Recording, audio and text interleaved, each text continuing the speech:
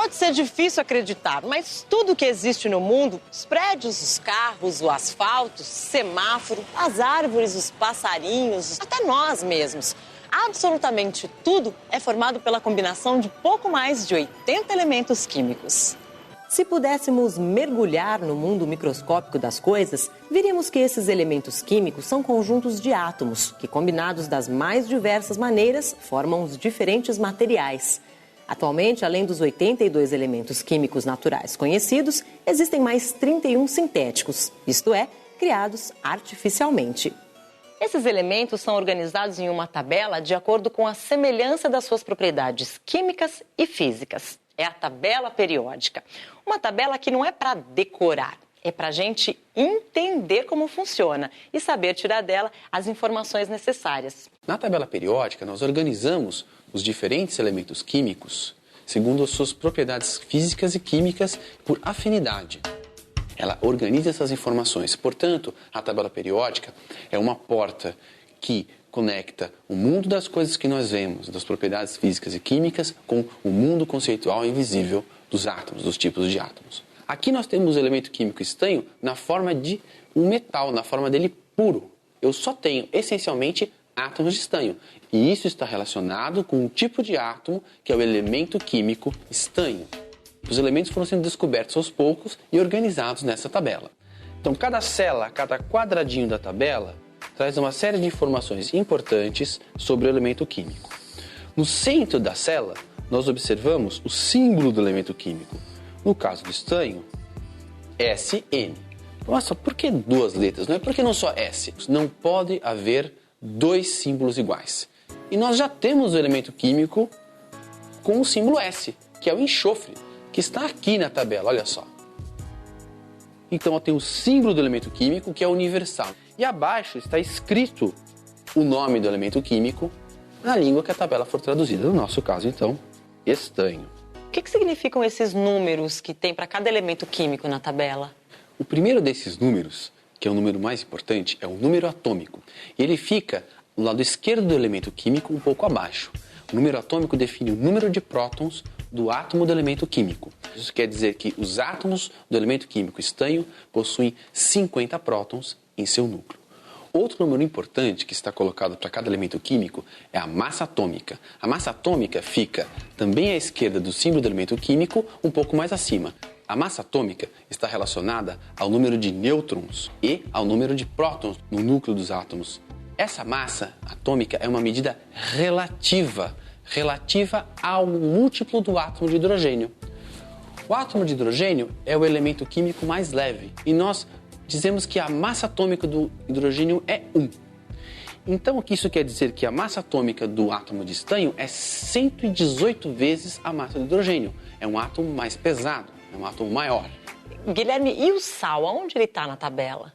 Bem, o sal é uma das 65 milhões de substâncias conhecidas pelos químicos. Já imaginou se eu tivesse um quadradinho dessa tabela para cada substância? Eu teria 65 milhões e esse número crescendo todos os dias. No entanto, eu consigo com esses 114 elementos químicos representar todas essas 65 milhões de substâncias. O sal é formado por dois elementos químicos. Ele é o cloreto de sódio, então ele é formado por sódio e cloro. Os elementos químicos são organizados por ordem crescente de número atômico. Vamos olhar aqui a tabela. A tabela é organizada em 7 linhas. Cada uma dessas linhas chama-se período e 18 colunas. As colunas da tabela periódica são chamadas grupos ou famílias. Agora, Guilherme, eu estou reparando aqui que tem cores diferentes na tabela. O que significam essas cores? Nós temos um grande grupo aqui que corresponde à maior parte dos elementos químicos, que são os metais. Um outro grupo menor, que são os não metais, e um pequeno grupo, que são os chamados gases nobres. Guilherme, a gente tem 3 substâncias aqui, sal, açúcar e estanho, e elas são bem diferentes entre si, né? Isso tem alguma coisa a ver com os elementos da tabela? Tem tudo a ver sim, Carla. Aqui nós temos 3 substâncias. Uma substância é uma substância simples, o estanho. As outras 2 são substâncias compostas, formadas por mais elemento químico. O sal, cloreto de sódio, formado pelos elementos Na e Cl. E nós temos um açúcar, a glicose, formada pelos elementos carbono, hidrogênio e oxigênio como substâncias compostas. Existe um teste muito simples que nós podemos fazer aqui e que já nos permite discutir um pouco mais sobre a ligação química, que é como os átomos estão ligados. Olha só, pode não parecer, mas isso é quase uma lanterna, não é? Nós temos pilhas, uma lâmpada e aqui temos dois eletrodos que fazem um contato. Quando eu encosto, acende a lâmpada. Na verdade, quem vai fazer o contato e acender ou não a lâmpada são os materiais que nós queremos testar. Se o material conduz corrente elétrica, a lâmpada acende. Essa é uma experiência bastante simples. Você mesmo pode fazer. Posso fazer? Quero, claro. Encoste os dois eletrodos numa pastilha dessa de estanho. Vamos ver. Vamos ver o que acontece. Opa! Olha lá, funcionou. Acendeu. Então, o estanho, o metal, conduz corrente elétrica. Essa é uma característica dos elementos metálicos. E sendo uma substância simples, nós já podemos anotar essa informação que um metal conduz corrente elétrica. Vamos testar o sal? O sal sólido não conduz corrente elétrica. Vamos testar este açúcar. Este açúcar sólido não conduz corrente elétrica. Os metais no estado sólido conduzem corrente elétrica. E um composto como o sal e o composto como este açúcar, no estado sólido, não conduzem corrente elétrica. Isso se deve às diferenças nas ligações químicas desses três tipos de substâncias. Para estudar mais essas diferenças e entender um pouquinho mais sobre a ligação química, precisaremos repetir o teste de condução, desta vez com todas as substâncias fundidas no estado líquido. Primeiro, vamos testar o estanho. Então aqui temos pedacinhos de estanho numa cápsula de porcelana para a fusão.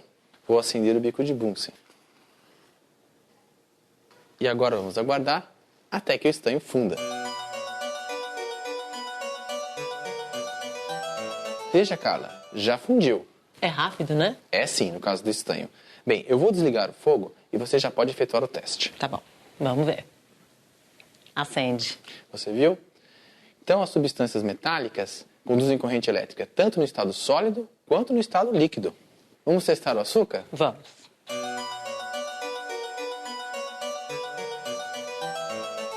Veja, Carla, fundiu bem rápido. E o açúcar, quando funde, sofre uma decomposição. Você pode fazer a medida agora.